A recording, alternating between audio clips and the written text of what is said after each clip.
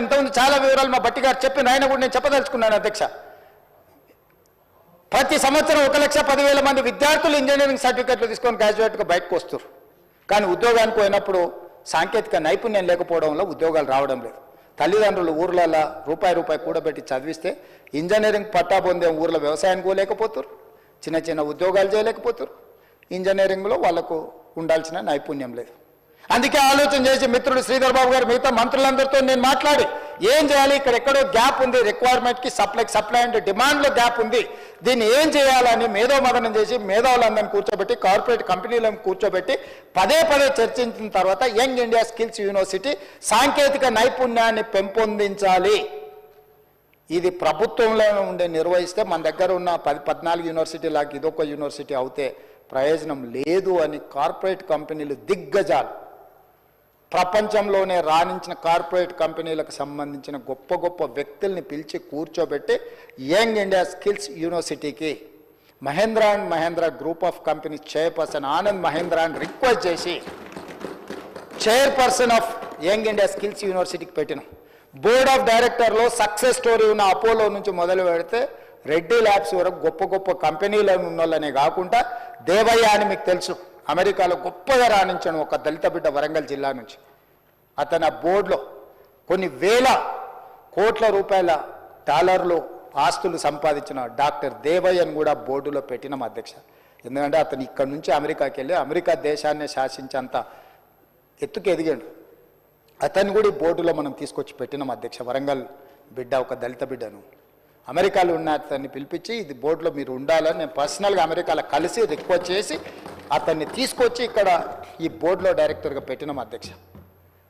ప్రతి పనిలో సూక్ష్మంగా ఆలోచన చేసి భవిష్యత్ తరాలకు ఆదర్శంగా నిలబడాలి అని చెప్పి ఈరోజు మేము నిర్ణయాలు చేస్తుంటే ఆ స్కిల్స్ యూనివర్సిటీ రాబోయే రోజుల్లో ప్రపంచానికే నైపుణ్యంతో కూడుకున్న యువతను అందిస్తుంటే ఆ రోజు మాకు ఆనందం ఉంటుంది.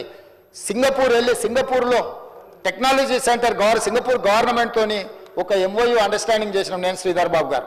సాంకేతిక నైపుణ్యంలో శిక్షణ ఇచ్చే వాళ్ళకు ఇక్కడ ఉండే లెక్చరర్స్కి శిక్షణ ఇచ్చే విధంగా శిక్షణ ఇచ్చే వాళ్ళకే శిక్షణ ఇవ్వడం ద్వారా దీన్ని పెంపొందించాలి అని సింగపూర్ ప్రభుత్వంతో ఒప్పందం చేసుకొని అక్కడ మంత్రులను ప్రభుత్వాన్ని మాట్లాడి ఒప్పందాల మీద సంతకాలు పెట్టి young India skills university vice chancellor నుంచి స్పెషల్ చీఫ్ సెక్రటరీ మేము అందరం వెళ్ళి ఒప్పందాలు చేసి ఈరోజు మనకు వాళ్లకు విద్యార్థులనే కాదు శిక్షణ ఇచ్చే లెక్చరర్స్ను కూడా అక్కడికి ఇక్కడికి పంపించాలని మన విద్యార్థులను కూడా సింగపూర్ పంపించి అక్కడున్న సాంకేతిక నైపుణ్యం నేర్చుకునే విధంగా ఈరోజు నిర్ణయాలు తీసుకొని ఒప్పందాలు చేసి వచ్చినాం అధ్యక్ష.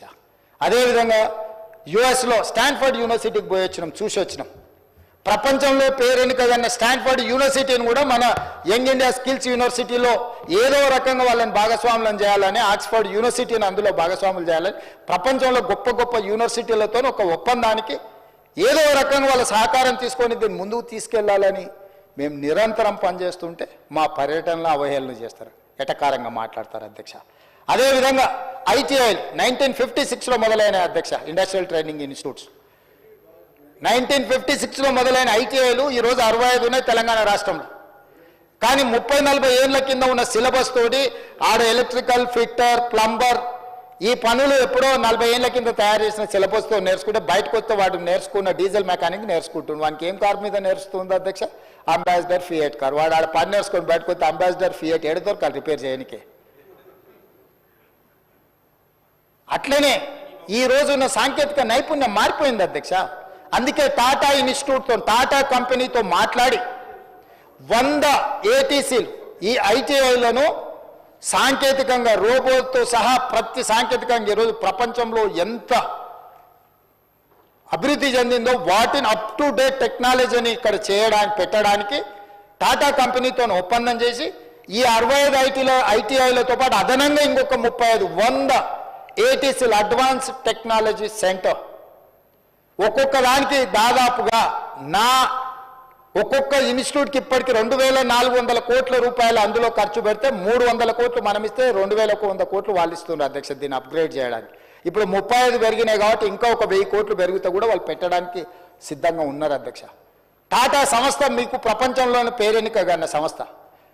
ఒక కార్పొరేట్ సోషల్ రెస్పాన్సిబిలిటీ కింద వాళ్ళందరినీ తీసుకొచ్చి ఒప్పందం చేసి తెలంగాణ రాష్ట్రంలో ఉండే సాంకేతిక నైపుణ్యాన్ని పెంపొందించి నిరుద్యోగ యువతకు శిక్షణ ఇచ్చి ఉపాధి అవకాశాలు కల్పించి మిడిల్ ఈస్ట్ కంట్రీస్లో ఏం కావాలన్నా ఇక్కడ నుంచి మనం పంపించాలని ఈరోజు వాటిని అభివృద్ధి చేసి ఒక వైపు నడిపిస్తున్నాం అధ్యక్ష. యువత కోసం మేము ఈ రకంగా ఆలోచన చేస్తుంటే వాళ్ళు ఏం చేస్తున్నారు అధ్యక్ష? జనవాడ ఫామ్ హౌస్లో డ్రగ్స్ పార్టీలు ఎవరు దొరికిరు అధ్యక్ష? మొయినాబాద్లో మొన్న జరిగిన కోళ్ళ పందాలలో క్యాసినోలలో ఎవరు దొరికిండ్రు అధ్యక్ష? దుబాయ్లో డ్రగ్స్ తీసుకొని చచ్చిపోయిన వ్యక్తి ఎవరికి మిత్రుడు అధ్యక్ష? మిత్రుడు చచ్చిపోతే శవాన్ని కూడా ఇక్కడికి లేకుండా వెళ్ళి దుబాయ్లో కూర్చొని పైర చేసి ఆ శవాన్ని అక్కడనే దానం చేపించి వచ్చిన చరిత్ర ఎవరిది అధ్యక్ష? వీళ్ళ అధ్యక్ష యువత గురించి మాట్లాడేది. ఫామ్ హౌజులలో దీపావళి పండుగ రోజు వాళ్ళు మనం దీపావళి పండుగకి ఏం కాల్స్తాం అధ్యక్ష? చిచ్చుబుట్లు కాల్చుకుంటాం. వాళ్ళు సారా బుట్లు పెట్టుకొని డ్రగ్స్ పెట్టుకొని కొకేన్ పెట్టుకొని దావతులు చేసి మా బామ్మార్ది ఇంటికి పోతావా అంటాడు. ఏంది అధ్యక్ష? నీకు బామ్మార్ది ఉండొచ్చు, నీ బామ్మార్ది కళ్ళలో ఆనందం చూడడం నీకు ఇష్టం ఉండొచ్చు, కానీ ఇట్లాంటి వ్యవహారాలను ఈ ప్రభుత్వం క్షమించదు. ఫామ్ హౌజులలో కెసినో వాళ్ళు నడిపినా, ఫామ్ హౌజులలో కోడి పందాలు చేసినా, ఫామ్ హౌజులలో డ్రగ్స్ పార్టీలు చేసినా, దుబాయ్లో డ్రగ్స్ పార్టీ చేసినా రావాలి సభలకు అప్పుడు చెప్తా లేవనుకుంటుండు. మొత్తం రికార్డులు తెప్పించిన దుబాయ్ నుంచి అధ్యక్ష. ఎవరెవరికి ఎక్కడెక్కడ ఉన్నాయో అన్ని గుట్లు మట్లు అన్నీ ఉన్నాయి అధ్యక్ష. సందర్భం వచ్చినప్పుడు సమయం వచ్చినప్పుడు అన్నీ తీసి ఇప్పి ముందర పెడతా అధ్యక్ష. ఒక్కొక్క గుట్టు ఏదో తిట్టేసి మాట్లాడేసి కప్పిపుచ్చుకొని పోదామని అనుకుంటుండ్రేమో, అట్లేం కుదరదు అధ్యక్ష. ఇది యువత పట్ల వాళ్ళకున్న ఆలోచన, ఇది మాకున్న చిత్తశుద్ధి. అందుకే అధ్యక్ష అదేవిధంగా ఐఏఎస్లకు సివిల్స్కు ప్రిపేర్ అయ్యేటోళ్ళు ఉన్నారు, ఐఏఎస్ ఐపీఎస్లు. ఆ పిల్లలు ఢిల్లీకి వెళ్ళి కోచింగ్ సెంటర్లలో చదువుకుంటే పేదోళ్ళ పిల్లలు, ముఖ్యంగా లంబాడ పిల్లలు, ఆదివాసీ పిల్లలు కూడా ఉన్నారు. రూపాయి కూడా తల్లిదండ్రులు ఇవ్వలేని పరిస్థితి.